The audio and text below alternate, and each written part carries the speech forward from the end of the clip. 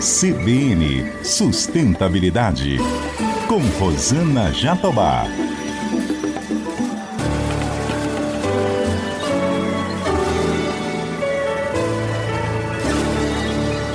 Oi pessoal, tudo bem? O CBN Sustentabilidade de hoje aborda a agenda ESG no setor de bebidas. Eu converso com a Fabiana Tchalian. Ela é sócia cofundadora da Água na Caixa.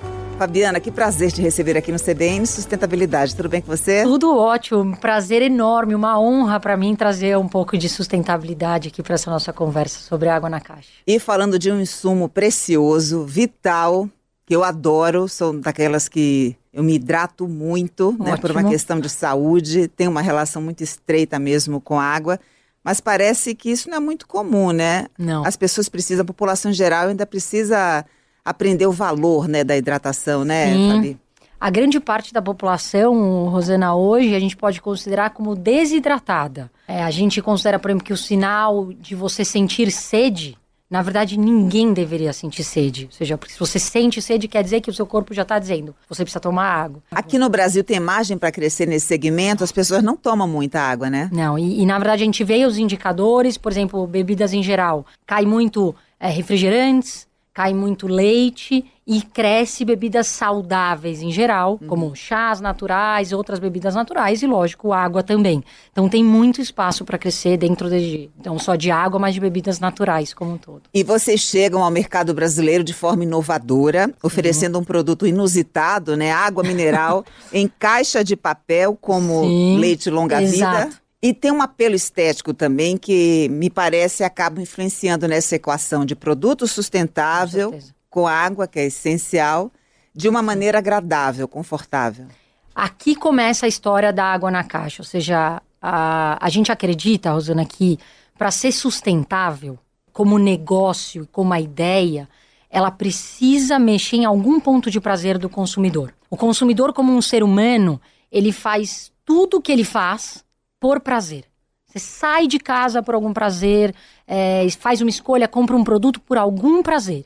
E a gente acredita que quando você escolhe comprar um produto, você como empresa tem a obrigação de estar oferecendo alguma parte de prazer para esse consumidor.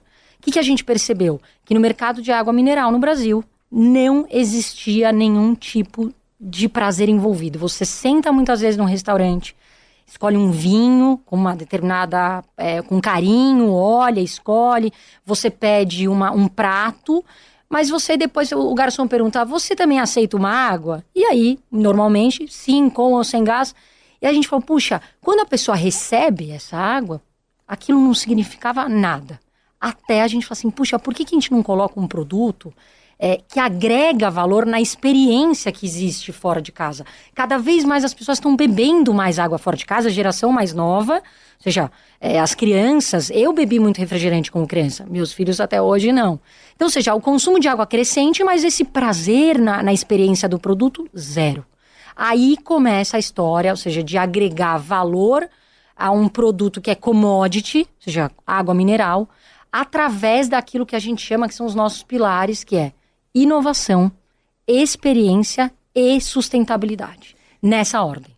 Conta pra gente, então, quais são os diferenciais. O que faz você acreditar que esse produto aqui é melhor do que o concorrente, não só nesse aspecto, né, do apelo estético, mas também e, sobretudo, que é o nosso foco aqui, na questão da sustentabilidade. Perfeito. Eu acredito em 4 pilares, tá? A gente sempre conversa de sustentabilidade em cima de 4 pilares em ordem de importância, tá? Então, a gente vai falar de pegada de carbono. Então, a água na caixa é a primeira e única água mineral do Brasil a carbono neutro. Nenhuma outra marca nem fala do assunto, nem explica, ou seja, ninguém quer nem educar o consumidor sobre isso porque não é interessante.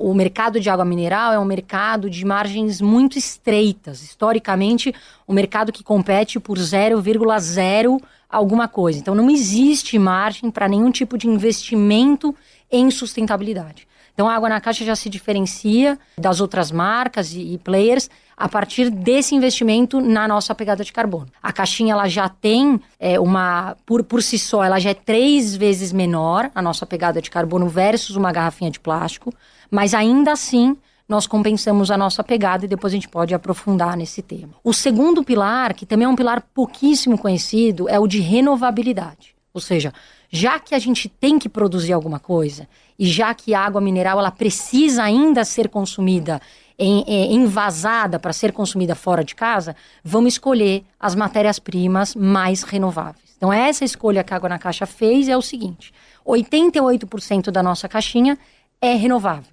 É uma parte de papel, outra parte de cana-de-açúcar, que é o plástico, o topo, a tampa, e o restante de não renovável. Então, 88%, mas versus quanto, né? Quanto que é a garrafinha plástica, o alumínio, né? As latas e o vidro.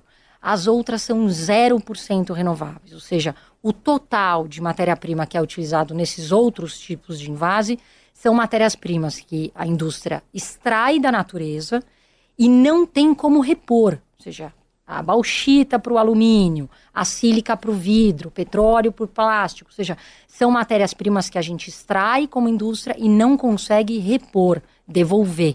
Isso é uma matéria-prima não renovável. Então, o que a gente escolheu vamos trabalhar com o máximo de renovabilidade possível, tá? Terceiro ponto, a gente fala sobre a reciclagem, ou seja, desse nosso produto, que ele ou seja, hoje compensado através da compra que a gente mesmo faz, da mesma quantidade que eu vendo, eu compro as embalagens longa-vida para serem recicladas, e a gente pode aprofundar também nesse tema. E a gente fala também pela primeira vez sobre reutilização. O mercado de água mineral também nunca falou sobre isso, porque, de novo, não é interessante para o mercado que as pessoas reutilizem as suas embalagens, porque o mercado quer o quê? Quanto mais a pessoa comprar, melhor. Agora, você não se considera arrojada, ousada, no sentido de operar num mercado que ainda não reconhece os atributos sustentáveis de um produto? Eu não me refiro especificamente ao seu produto água. Sim. Mas a gente vê isso em vários outros segmentos, né? Sim. O consumidor, no fim das contas, está pouco preparado para reconhecer o valor de uma iniciativa como essa. Sim, arrojados, sim, acho que até um pouco corajosos, assim. Mas o que eu acredito? Se eu vendesse somente sustentabilidade, eu diria até que nós somos imprudentes, porque o mercado não está preparado para comprar só sustentabilidade. Por exemplo, o mercado que mais reconhece o valor da água na caixa é o mercado hoteleiro. Olha que interessante. O mesmo mercado que sempre falou para a gente não colocar a toalha para lavar todo dia, para reutilizar a toalha, para economizar água, é o mesmo mercado que hoje já entendeu que precisa trocar as garrafas de plástico por uma solução mais sustentável. Mesmo esse mercado hoteleiro que já reconhece esse valor, nem sempre está disposto a pagar a diferença de preço entre uma garrafa e uma caixinha. Então, por que eu não me sinto imprudente? Porque eu também vendo a inovação e a experiência. E aí, quando eu junto esses três, eu falo, olha, eu estou sendo inovadora, mas não imprudente, porque eu estou vendendo o que o mercado está comprando também. Então, é a junção desses três que deixa, eu diria que a água na caixa numa situação confortável de apresentar um produto mais sustentável no mercado. Mutatis mutandis foi o que aconteceu com o café. Exatamente. Né? A experiência do cafezinho, aquele aromatizado. Sim, a forma de fazer, né? Ou seja, infinitas formas de fazer. Criou-se um ritual, né? Exato. E agregou muito valor para a indústria, né? Para toda a cadeia, na verdade. Agora, você então aposta nesse mercado que em algum momento vai reconhecer os atributos? Com certeza. Agora eu te pergunto, quando a gente analisa aí o elemento mudança climática, né? Como ele vai ser introduzido aí a ponto de afetar seu negócio. Porque você realmente se sente resiliente diante desse mundo em que há, de fato, uma preocupação, uma escassez com a água? Perfeito. Se eu me olhar sozinha no mercado, muito pouco, porque a gente é muito pequeno, uma empresa, ou seja, uma startup quase. Mas se eu olho que nós somos um grupo de empresas interessadas, ou seja, o mercado de bebidas como um todo, aí eu acredito que juntos, sim. E o que eu acredito? Que para grandes problemas, a solução só pode vir de grupo. Só pode vir de associações, ou seja, só pode vir de união. Grandes problemas, como climáticos, não vão ser resolvidos individualmente. Nem por uma empresa, nem por um governo, ou seja, sempre um grupo para resolver aquilo. Agora, vamos para um lado mais conceitual. Eu queria repercutir com você essa crítica que ainda persiste de que envasar água significa privatizar um produto que é vital, recurso natural, né, para a humanidade, porque em tese todo mundo, qualquer cidadã deveria ter acesso à água potável, irrestritamente. Né? Tá bom. Então, como é que você lida com essa crítica, Sim. né, de estar gourmetizando, né, Tá bom. privatizando um recurso que é vital? E mais, se existe o compromisso da empresa em criar uma cultura de consumo consciente da água? Ótimo, perfeito. Primeiro, a gente tem acho que isso vem de casa, né? Essa questão de você ser um coração aberto, vem de casa essa consideração com o consumidor. Um dia eu fui consumidora, então agora eu não posso vestir o chapéu da empresa e mudar o discurso. Então, com certeza, a água deveria ser completamente acessível. A gente tem países mais avançados onde você, em praças, ruas, você tem filtros, não só disponíveis, como para você usar à vontade. Então, certamente existe esse futuro. E é para lá, com certeza, que a gente vai. Um local onde, uma cidade, país, onde a água ela é um recurso disponível para toda a população. Mas aí acaba seu negócio. Então, mas aí, ou seja, eu não perco. Na verdade, para quem me conhece, a gente tem uma percepção que é assim: se não tiver mais mercado aqui, eu já não estou mais aqui. E a gente vai ficar feliz de fechar as portas da água na caixa se um dia não for mais necessário a água envasada. Ou seja, a gente vai estar fazendo filtros. Ou seja, a gente considera que o propósito ele tem que ser verdadeiro do começo ao fim. Quando a gente lançou a água na caixa, Rosana, a gente lançou contando para as pessoas assim: a melhor opção, a mais sustentável para você beber água fora de casa é a água na caixa.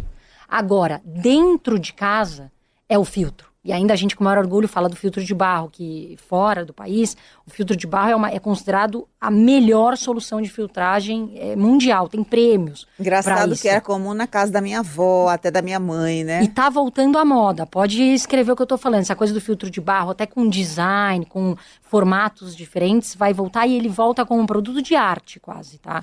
E aí desde o nosso lançamento a gente fala isso, e até hoje também, então... O que eu considero como empresa? Que é uma jornada. Enquanto for necessário as pessoas comprarem água fora de casa, eu vou estar oferecendo a alternativa mais sustentável. Eu vou estar oferecendo água em caixa. E se algum dia eu descobrir que não é a caixa que é a mais sustentável, aí é um plástico que vem da alga, não tem problema, eu vou estar sempre em evolução oferecendo a alternativa mais sustentável. O dia que não for mais necessário, eu vou estar empreendendo em outro ramo, mas com o mesmo propósito, com a mesma paixão, atrás de inovação, experiência e sustentabilidade. Isso que diferencia um empreendedor que tem um modelo antigo do empreendedor de startup. Que ele se apaixona pelo problema. Enquanto ele não resolve aquele problema, ele não sossega. E quando resolve, ele entrega... Sucesso. E parabéns. Que bom, né? É isso. Que Exatamente. bom que se pensa assim, né? Sim, e um certo assim, desapego mesmo porque do o negócio apego não é no negócio, o apego é na história, na jornada, no que você vai deixar, no legado. Ou seja, o que meus filhos vão ver? O que eu fiz? Fiz uma empresa, resolvi um problema e agora estou resolvendo outro. Então, acho que realmente é um diferencial das startups. Vamos falar um pouco, então, sobre a pegada de carbono. Você já deu informação aqui pra gente que vocês são a primeira e única água mineral carbono neutro do Brasil. Perfeito. Né? Sim. Então, assim, o que vocês fazem para reduzir a pegada de carbono? Se tem projetos, por exemplo, para compensar aquelas emissões que não puderam ser reduzidas? Olha, a gente tem tudo que a gente, tudo são detalhes. Então, a própria caixinha, a matéria-prima dela, a gente trabalha para aumentar a parte renovável.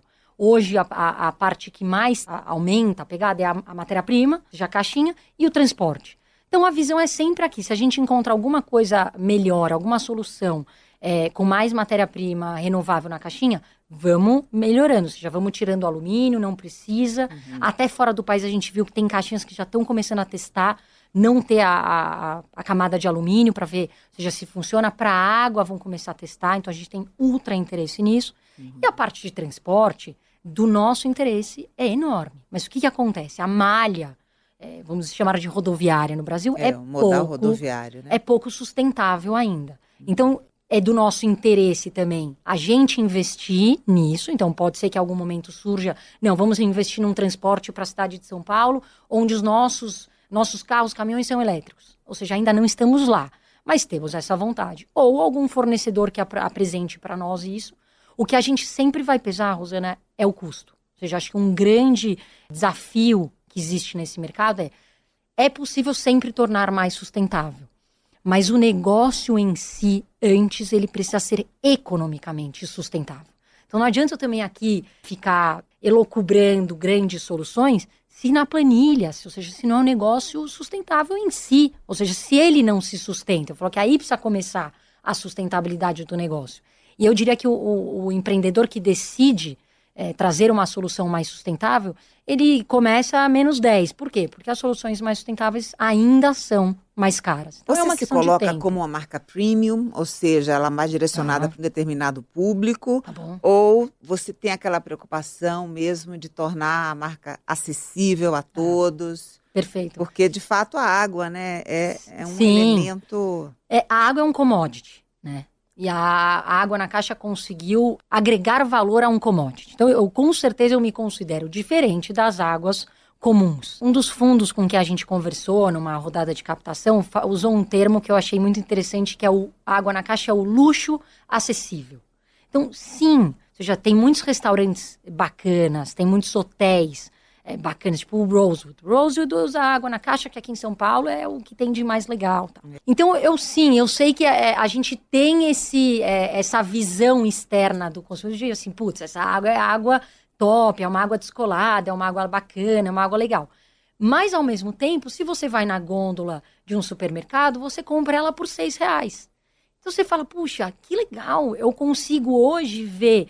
por exemplo, casos legais. Eu tenho pessoas que trabalham comigo, tanto na empresa, ou seja, que moram já em regiões mais simples, ou as pessoas que me ajudam em casa. Elas mandam foto para mim da caixinha, no ônibus, na mochila de alguém, no próprio supermercado da região. Então, assim, ao mesmo tempo que é um produto premium, no sentido de, tá em lugares muito legais, mas também é acessível. Ou seja, a pessoa pode comprar por R$6 e reutilizar a caixinha, e aquilo representa algo. Ela fica feliz porque aquela marca é uma marca legal, uma marca brasileira, alguns influenciadores usam, em eventos legais usam, em show do Coldplay foi usado, ou seja... Então, eu sinto que tem uma questão de premium, e é importante, eu preciso agregar valor ao produto, mas me dá muito orgulho também saber que é um produto que custa R$6. E qual a história do Coldplay? Que eu sei que parece Sim. que vocês fizeram uma parceria com um grupo e venderam milhares de caixinhas. Eu queria saber qual é o caso. Você conhece o Chris? Na verdade, eu não conheço. Foi flagrada por Não ele? fui. Não fui. Ficaria muito feliz de dar um beijo no meu marido no show. Mas o que aconteceu? Eles têm uma pegada sustentável. Ou seja, é natural do Coldplay. Então, quando eles vieram para o Brasil, eles procuraram alguma alternativa para a garrafinha plástica. E a gente vendeu as águas para eles.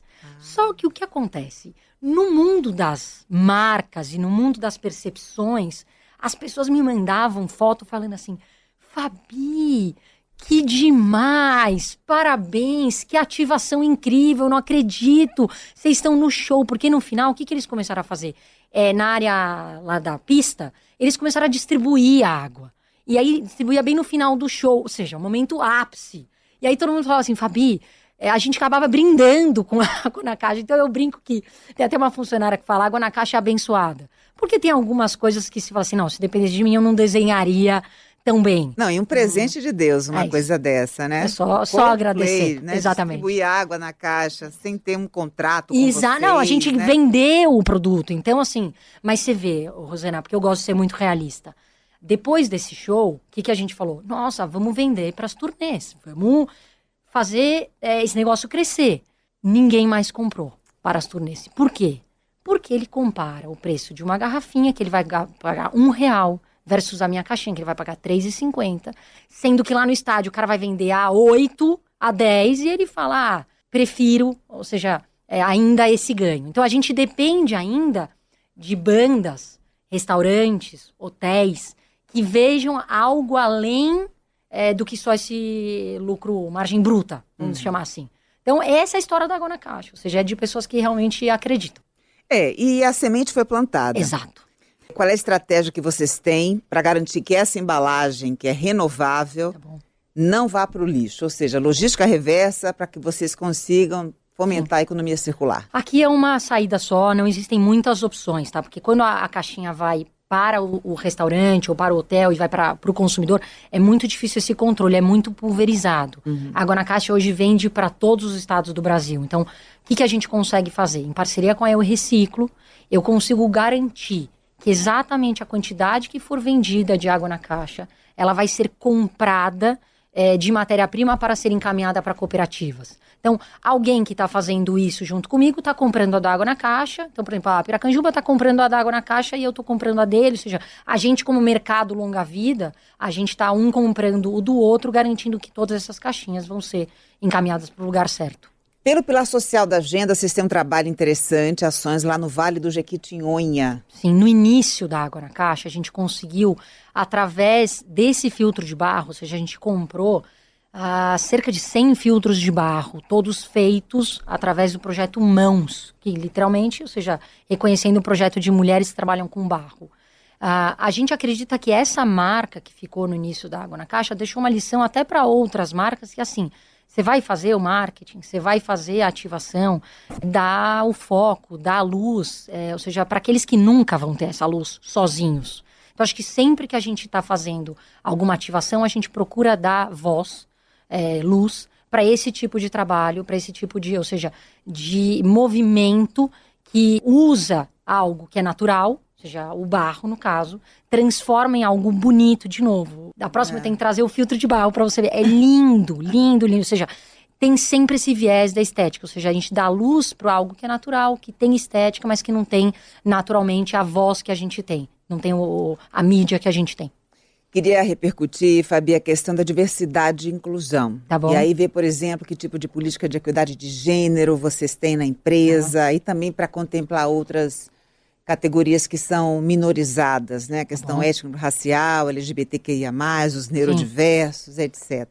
Primeiro que eu fico feliz de você perguntar sobre a nossa política. Nós somos uma empresa pequena, nós somos em 30 pessoas, então eu não diria que é exatamente uma política, mas o que nós temos?